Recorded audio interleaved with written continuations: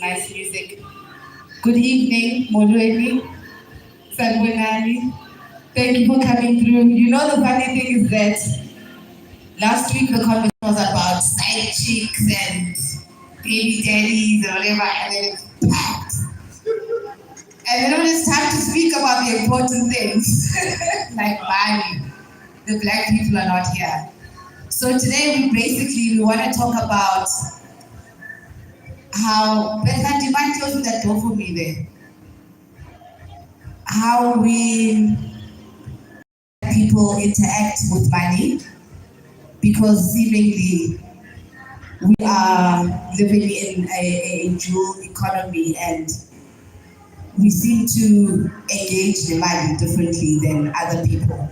So we've got one of our icons and legends of money in this country. We brought Andile Mazwai.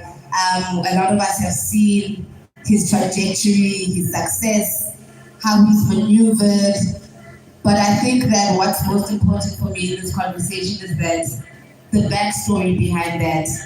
Because it's one thing to be a privileged kid from a private school and to navigate and to do the thing, but then there's also the ancient black knowledge that is going to conflict with the journey of chasing the economy.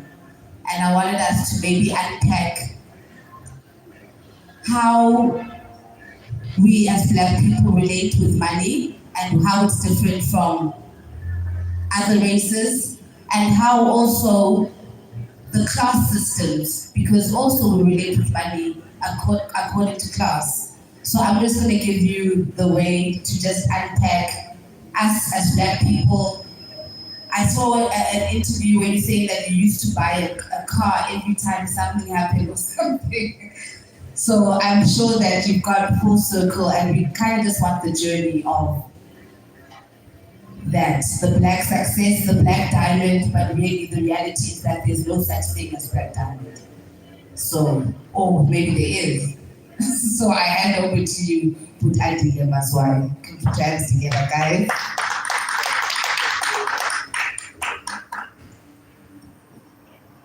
Well, thank you very much. It's such a big question. What is money? We all think we know what money is. You open your wallet, and if you're lucky, there are a few notes there. You open your banking app, and there's a number, and that's money. But what is money? And I got thinking about it. There's an old definition in the economics textbooks that reads, money is the command over goods and services. It doesn't rally. Money is the thing that you use to buy things and the services of other people. So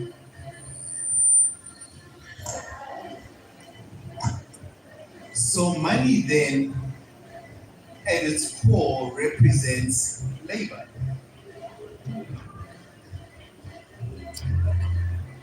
If I give you 100 rand, I can expect that you will work for me. Whatever you do, you will provide a service, whether you're a beautician or a this or a that. So if you have lots of money, it means that you can buy lots of services from lots of people. You can get lots of people to work for you. If you owe money, it means you owe your labor to somebody else. And I think that's when I began to take money seriously. That if I am in debt to the tune of 10,000 rand or 100,000 rand, how many hours do I now owe somebody else? So money is not just this paper thing or a number. Money represents the work that you're going to do, which is either for your benefit or for somebody else's benefit. That is how I relate to money. And now I understand the base of money.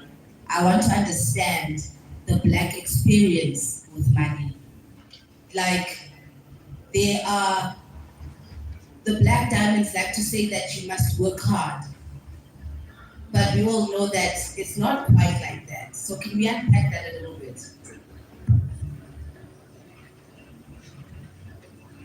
One day I hope to be able to get through a day without mentioning apartheid. I haven't succeeded yet. The history of black people and money, of course, is interlaced with apartheid. Apartheid wasn't some casual racist thing. It was an economic construct. And it understood money. That to form money, you need two things. You need physical capital and you need human capital. Physical capital typically resides on property. If you want to have a shop, it must be on a property. If you want to have a farm, it must have land. And so back in 1913, the first of those really draconian acts that took away wealth from black people was the prohibition of black people to own land. It just makes it hard to build wealth when you're not allowed to own the thing that wealth sits on. A few decades later, a bunch of education followed that says, you know, as black people, you should be educated to this point and no further, making it even harder to then create wealth for yourself. First, we had one hand behind our backs, and then we had two hands behind our backs. The frightening thing about it is the intergenerational effects of that. So that our grandparents never built wealth because they just couldn't build wealth. So money was a hand-to-mouth experience. You get money, you buy food, and the money's finished, and you get some more money, and they had little money. Our parents may have had a little bit more money. We now have enough money, and I'll come in a moment to what enough means. Yet our experience of it is still the same. When you see a black diamond driving a car, there's one thing you can be sure of.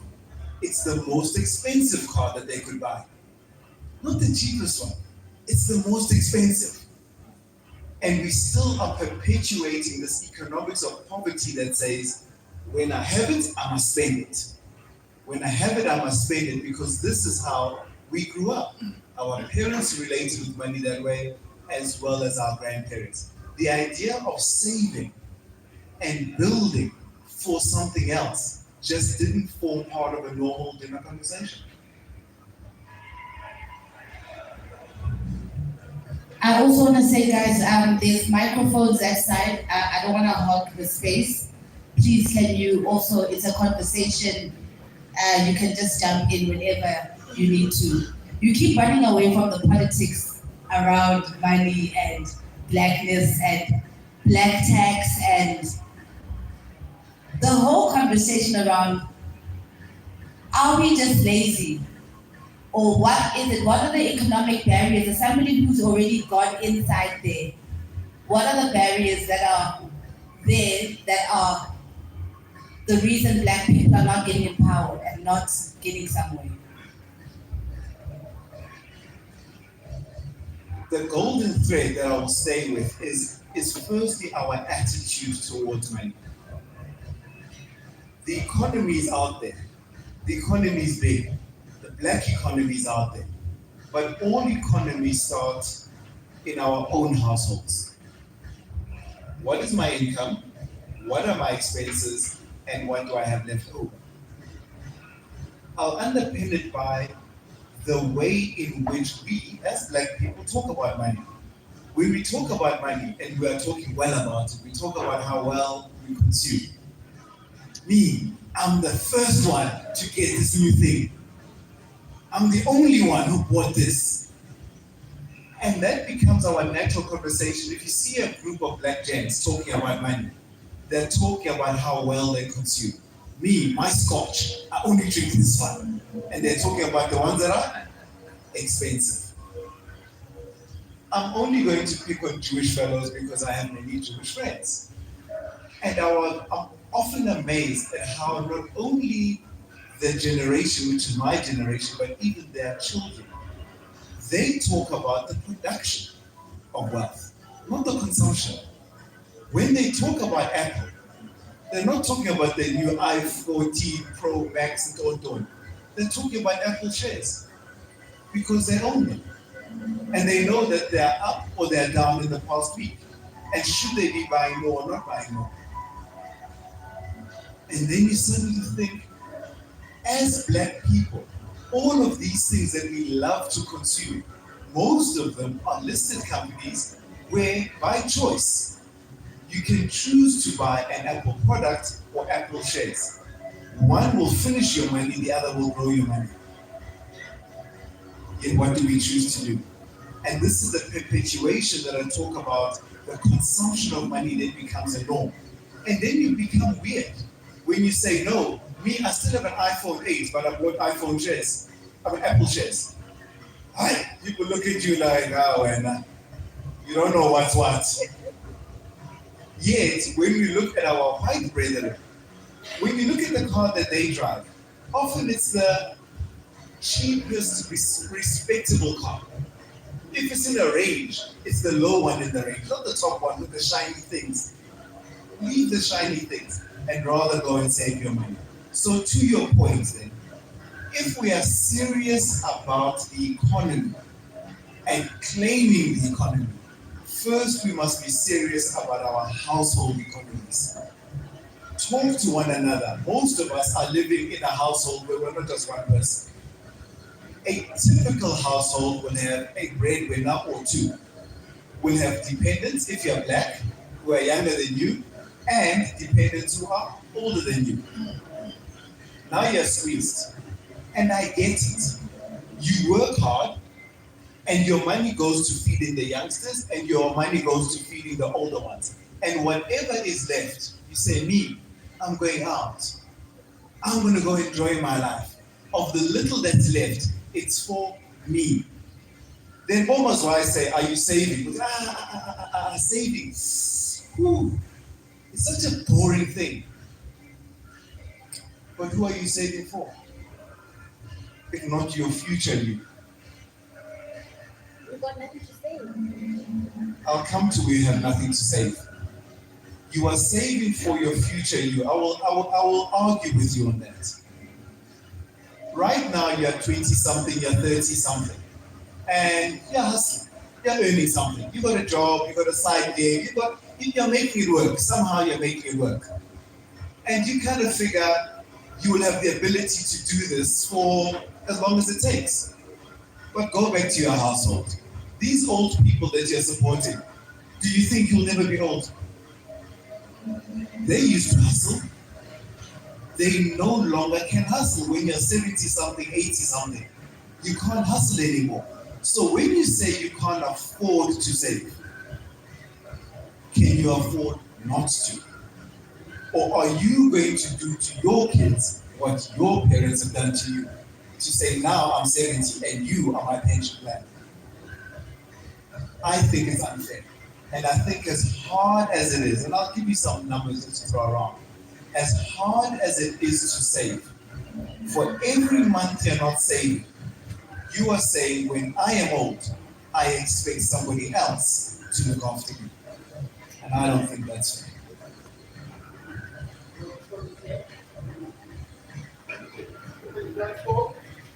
There's a roving mic. I'm sure you guys have got questions. We're speaking money. I don't know, because it's easy to talk about saving when you've got money. But when you speak of someone like in the township and living literally from hand to mouth, it's a different conversation.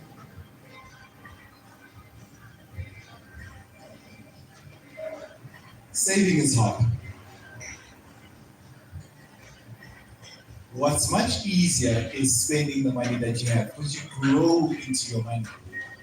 You grow into it. I will make you think about it this way. Most of us here in the room and maybe in the internet too, if I take you back 10 years, were you not earning a little less than you're earning now? and somehow you manage to live off that.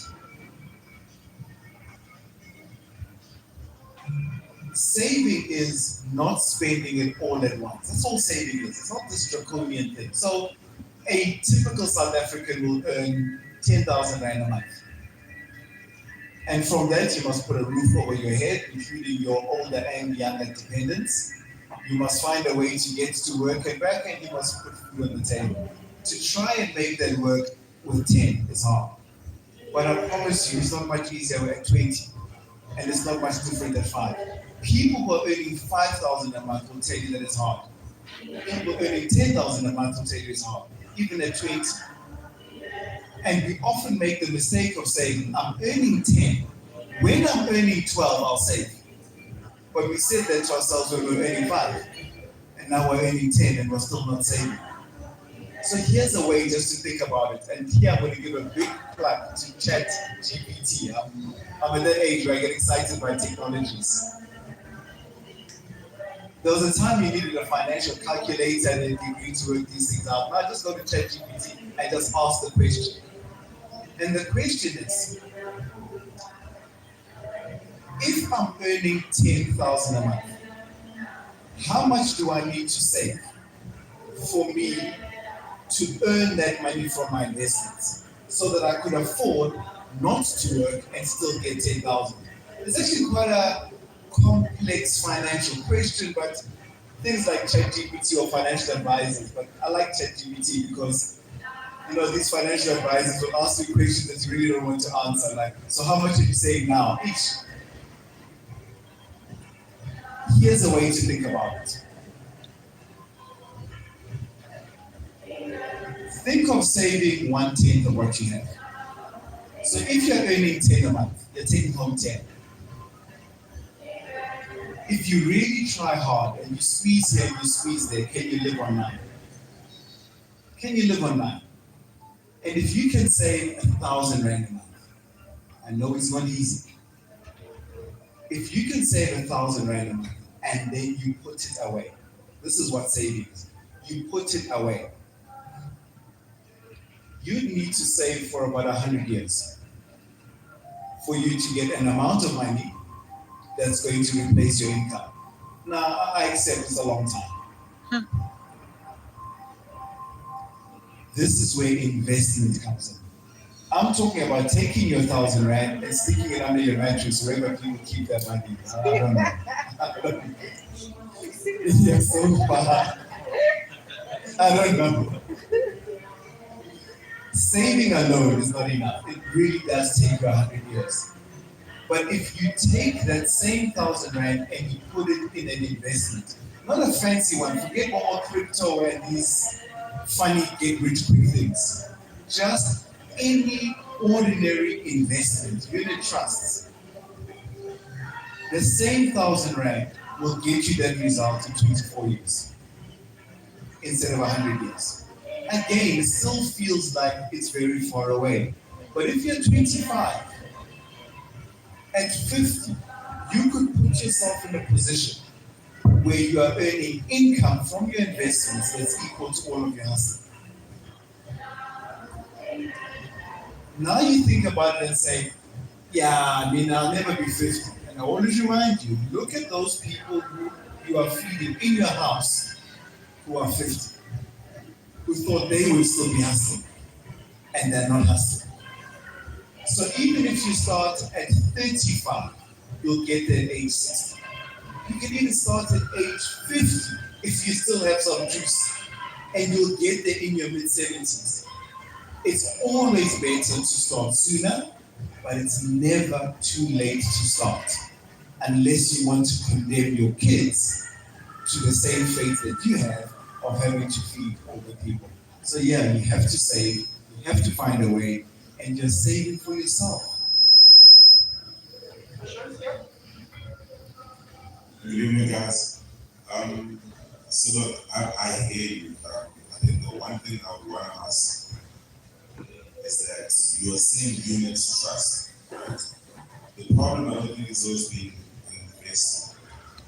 It's the type of investment that make you money, but they're not well explained to say, okay, what is a unit trust? Where can you put your money, and where can you get the returns? What, like you just said, a normal investment, and then you use a term like unit trust. How does one person who comes from that, who has that 2,000 from the 10,000 money side that they have to put, what? I think it's more of the conversation is bring it down, show people, direct them where some people have done the same, and maybe then people start investing. I guess small amount. Thank you, my brother. Now I must declare and disclose. I happen to be the chairman of a unit trust business. So any biases that I might have, I have declared them. I happen to be at Alex Forbes, but I'm not here to promote Alex Forbes. I'm here to promote saving and investing. So as a company, if you go to the Alex Forbes website and just say Alex Forbes Unit Trust, literally in 3 paragraphs, it will tell you what a unit trust is, which is, let's start with real examples. You can put away as little as 500 Rand. And this is not unique to Alex Forbes. Many other unit trust companies have a similar offering. You put away 500 Rand a month, typically by debit order, or you go and physically pay over, and you put it in your investment. So what is a unit trust? A unit trust is a company that invests a whole lot of people's money in a whole variety of assets. Typically, there are shares that are listed on the JC, government bonds, and a bit in cash. The unitization makes a lot of sense if I translate it in as one guy. Maybe you can, whatever guys are going to do, you're going to buy an Uber, or whatever you can think of doing, some asset that's going to generate you an income. When you pool your money together, you can then get access to buying shares. If you try and buy shares with 500 Rand, the costs and everything else, you're not going to get too far. So unit trust simply says there are professional investors who know how best to invest this money, and all you have to worry about is choosing the one that's right for you, and that's mainly about how long you want to invest. This is not investment advice. It's all that says, I want to invest for 5 years or 10 years or for my kids' education or for my retirement. Whatever your goal is, then the provider will say to you, if your goal is this, then we suggest that you should put it in this unit trust and you should put away 500 a month, 750, 2K, or whatever it is. So a unit trust is just a mechanism that allows your savings to go into an investment on a monthly basis, and you'll watch your money grow.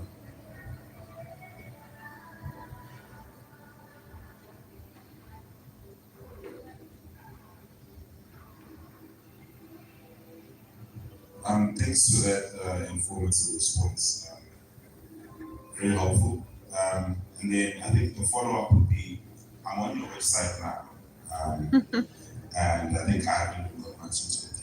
But how are the processes of, I guess, signing up and being, let's say, for example, I had 10,000, and I'm a waiting list. How, like, do they have, because obviously, certain companies that are listed, you always struggle with, oh, we need this document, you need to qualify for this and that, you know. So how is that easier for you guys? Does anyone just come there? Because the paper process, I think that's the one that always scares people away from being able to invest their money wisely. Yes. Yeah, you really have caught me here, and I did lead with my disclosure. Alex Forbes has its roots in just simplifying that process such that you literally fill in a form.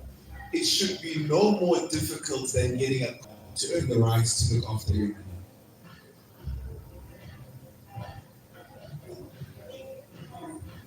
Hello. I do wish to inquire further when you say investment, when someone is saying that investing and buying certain shares. So, what type of shares? Because there's equity shares, there's profits, share profits, etc. So it's not easy to save, to invest in something that is not vested in your line of work. Or so I wish you could just open that page, further and further, not just invest in share, but if that company, because there's a insecurity part that we have where you put where you don't see it every day. For example, you say you're investing in a mall, and then they say there's a share profit that is gonna bring return maybe 5 years for these consecutive months or whatever period. Or I just need that further information that is of that form. For it's truly difficult to say you watch money grow because the goal is not to watch the money, is to enjoy the investments. I hear you. And being an investment professional, sometimes it feels harder, especially to get men to speak to a fund. And their job is to speak to you in a way that you can then understand. That was the first part of your question. How do you actually go and speak to a person? As to what the correct investment is going to be for you,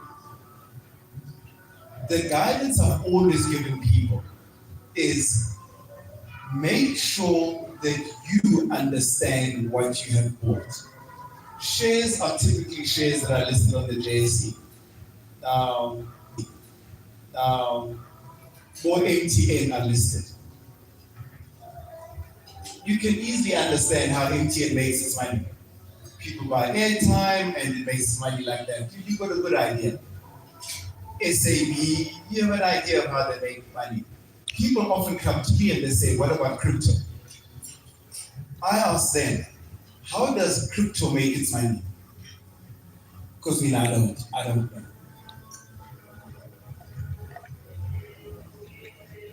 Keep your investments in things that you understand. Because I tell you what's worse than losing your money is not knowing how you lost it. You just hear that this thing fell. So your financial advisor, and if you get proper financial advisors, they don't charge you for that. You only pay when you're in the product. So I'm really encouraging people to speak to financial advisors the way you would use a coach if you want to improve your fitness, or you go to a doctor if you want to improve your health. These are the people that are out there that are going to give you the correct advice to get you to your goals. The final part of your question was the ability to see what you have. Yes, absolutely. And I come from a stockpile background. If you're a group of people who say, Tina, as a stockpile, we want to buy this business, it makes sense. It really does. And if you have the ability to understand the business, the ability to save the money and buy the business and run the business, by all means, you should not shy away from that on the proviso that you understand what you're buying and you are in a position to manage it. But no, I'm not going to tell you that one type of business is better than any other type of business.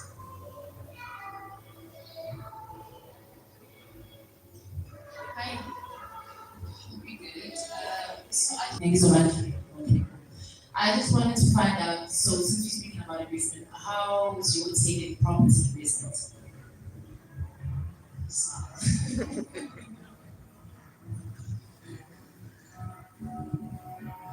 I love property. I'm saying it as it's a confession because you try not to get emotionally connected to your investments. The reason I love property is because property is easy to understand. I have a property and I have a tenant and that's going to make money. I'm often reminded of possibly the best question I've ever fielded about investments. We were on the road show speaking to Stockfelds, and a fellow asked a question in Renee, who said, le mali esizosika isizonika izotyeba njani? And it's just a lovely way of how will this money fatten? And what I loved about the question is that he was asking the most basic of questions that a financial advisor cannot skirt around. How will you factor my money? So property, I buy it, I have a tenant who pays me, I can see it. There aren't many intricate things. And even if I lose my tenant, I still have the building. And I still have the opportunity to get another tenant. And so when people say they want to get into property, I always give them that same test. Do you understand it? Do you understand how your money will grow? And do you understand what you'll do if it's not working? If the answer is yes to those, what I encourage people to do is to save and to invest. As to which investment, that is the finer detail of it. Don't stop yourself from investing because you're trying to see whether I go into A and B. Just get in there, save, and get in there and invest in sensible things. That's the advice. So I'm not allowed to give advice. That's my suggestion. The really next one about what to say to me about giving advice. Why is it so difficult to start a black bank?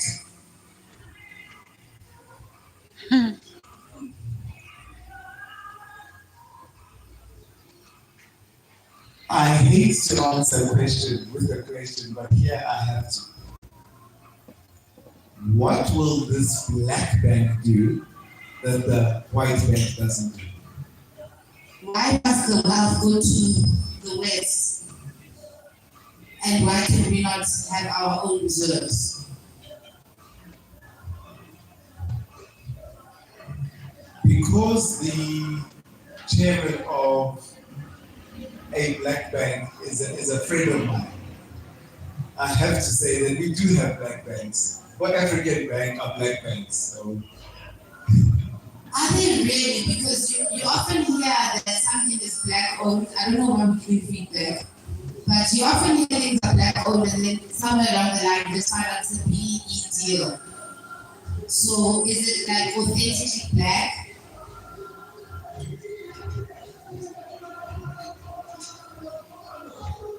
the biggest owner of things in the country is the Public Investment Corporation, the PIC, which typically owns a quarter of everything, just as the sheer size of the PIC. The majority of those people are black people who are working in civil service. So I'll start by saying the anchor shareholder in many of these organizations can be recognized, leave aside the technical definitions, as black. Perhaps the question you're really asking, and maybe I was asking a little bit unfair to you in answering the question with the question, is to say, where do those profits flow back to? Yes. The construct of our economy is similar to many others. The money flows. The bizarre, peculiar thing in South Africa is that the small towns have got black people and the big towns have got white people. And so that the natural flow of money from township